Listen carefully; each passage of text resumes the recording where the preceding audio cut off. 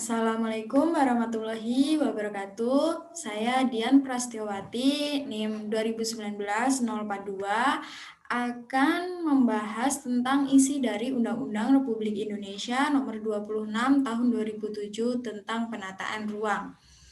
Sebelumnya, saya membahas pengertian ruang, tata ruang, dan penataan ruang terlebih dahulu yang sesuai dengan ketentuan umum di bab 1 pada Undang-Undang Nomor 26 Tahun 2007 ini. Untuk pengertian ruang adalah wadah yang meliputi ruang darat, ruang laut, dan ruang udara, termasuk ruang di dalam bumi sebagai satu kesatuan wilayah, tempat manusia dan makhluk lain hidup, melakukan kegiatan, dan memelihara kelangsungan hidupnya. Sedangkan pengertian dari tata ruang adalah wujud struktur ruang dan pola ruang. Untuk pengertian dari penataan ruang adalah suatu sistem proses perencanaan tata ruang, pemanfaatan ruang, dan pengendalian pemanfaatan ruang. Selanjutnya, saya akan membahas tentang asas.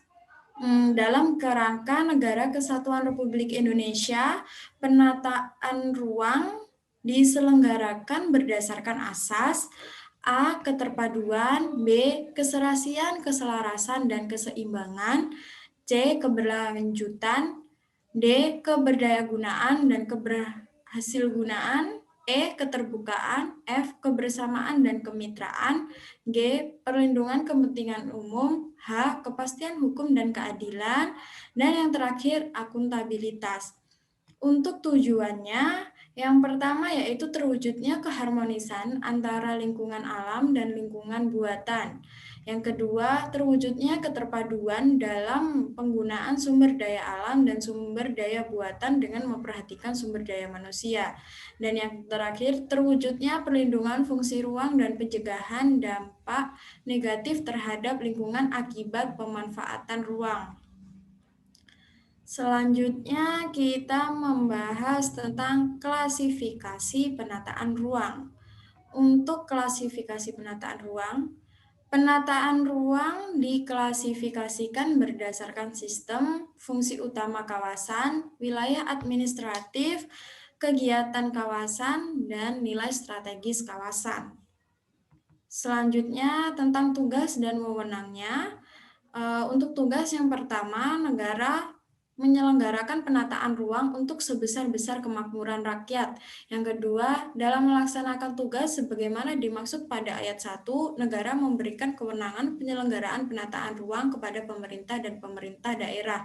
Dan yang ketiga, penyelenggaraan penataan ruang sebagaimana dimaksud pada ayat 2 dilakukan dengan tetap menghormati hak yang dimiliki orang sesuai dengan ketentuan peraturan perundang-undangan.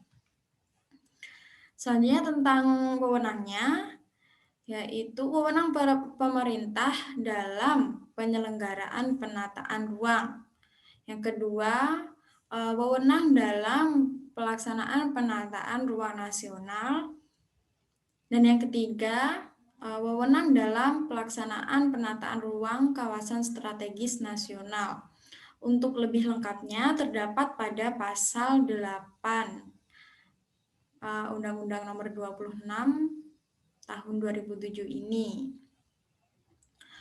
Untuk perencanaan tata ruang dilakukan untuk menghasilkan yang pertama rencana rinci tata ruang dan yang kedua rencana umum tata ruang. Selanjutnya membahas tentang pengendalian pemanfaatan ruang.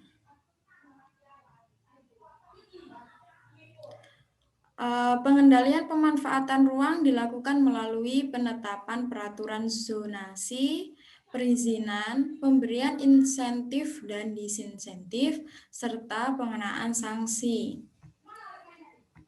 Selanjutnya tentang hak, kewajiban, dan peran masyarakat. Untuk haknya yaitu dalam penataan ruang, setiap orang berhak untuk A. Mengetahui rencana tata ruang, B. Menikmati pertambahan nilai ruang sebagai akibat penataan ruang, C. Memperoleh penggantian yang layak atas kerugian yang timbul akibat pelaksanaan kegiatan pembangunan yang sesuai dengan rencana tata ruang. D. Mengajukan keberatan kepada pejabat berwenang terhadap pembangunan yang tidak sesuai dengan rencana tata ruang di wilayahnya. E. Mengajukan tuntutan pembatalan izin dan penghentian pembangunan yang tidak sesuai dengan rencana tata ruang kepada pejabat berwenang. Dan yang terakhir, mengajukan gugatan ganti kerugian kepada pemerintah dan atau pemegang izin apabila kegiatan pembangunan yang tidak sesuai dengan rencana tata ruang menimbulkan kerugian.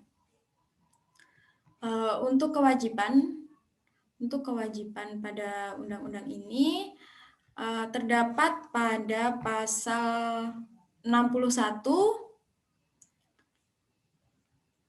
Dalam pemanfaatan ruang, setiap orang wajib A. Menaati rencana tata ruang yang telah ditetapkan, B. Memanfaatkan ruang sesuai dengan izin pemanfaatan ruang dari pejabat yang berwenang, C. Mematuhi ketentuan dan ditetapkan dalam persyaratan izin pemanfaatan ruang, dan yang ke D.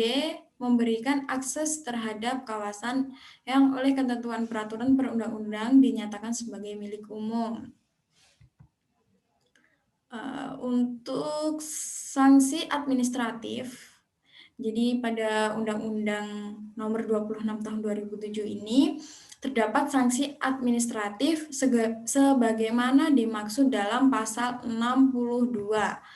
Untuk bunyi dari pasal 62 yaitu setiap orang yang melanggar ketentuan sebagaimana dimaksud dalam pasal 61 dikenai sanksi administratif. Jadi, untuk pasal 61 ini terdapat di kewajiban di sini dalam pemanfaatan ruang setiap orang wajib.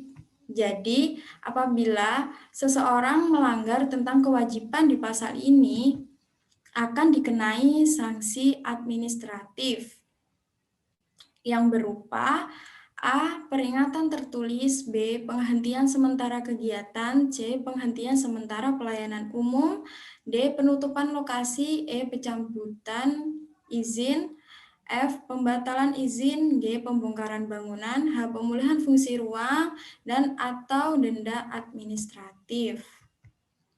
Selanjutnya, untuk penyelesaian sengketa, terdapat pada pasal 67 ayat 1, penyelesaian sengketa penataan ruang pada tahap pertama diupayakan berdasarkan prinsip musyawarah untuk mufakat. Dan pasal 67 ayat 2, dalam hal penyelesaian sengketa sebagaimana dimaksud pada ayat 1, tidak diperoleh kesepakatan pada para pihak dapat menempuh upaya penyelesaian sengketa melalui pengadilan atau di luar pengadilan sesuai dengan ketentuan peraturan perundang-undangan.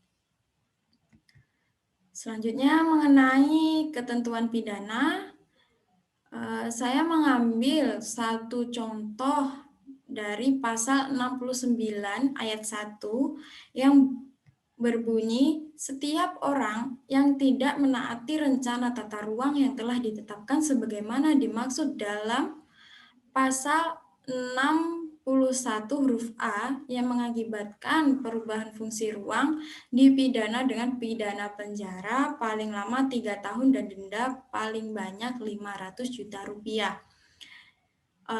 Jadi di sini untuk bunyi dari pasal 61 huruf A ini terdapat di kewajiban ya.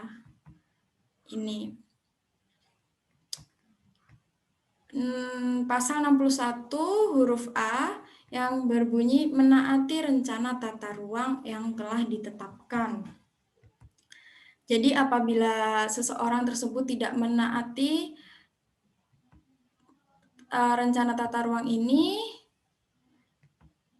dapat dipidana paling lama 3 tahun dan denda 500 juta rupiah yang terdapat di pasal 69 ayat 1. Sekian yang bisa saya sampaikan, kurang lebihnya mohon maaf. Wassalamualaikum warahmatullahi wabarakatuh.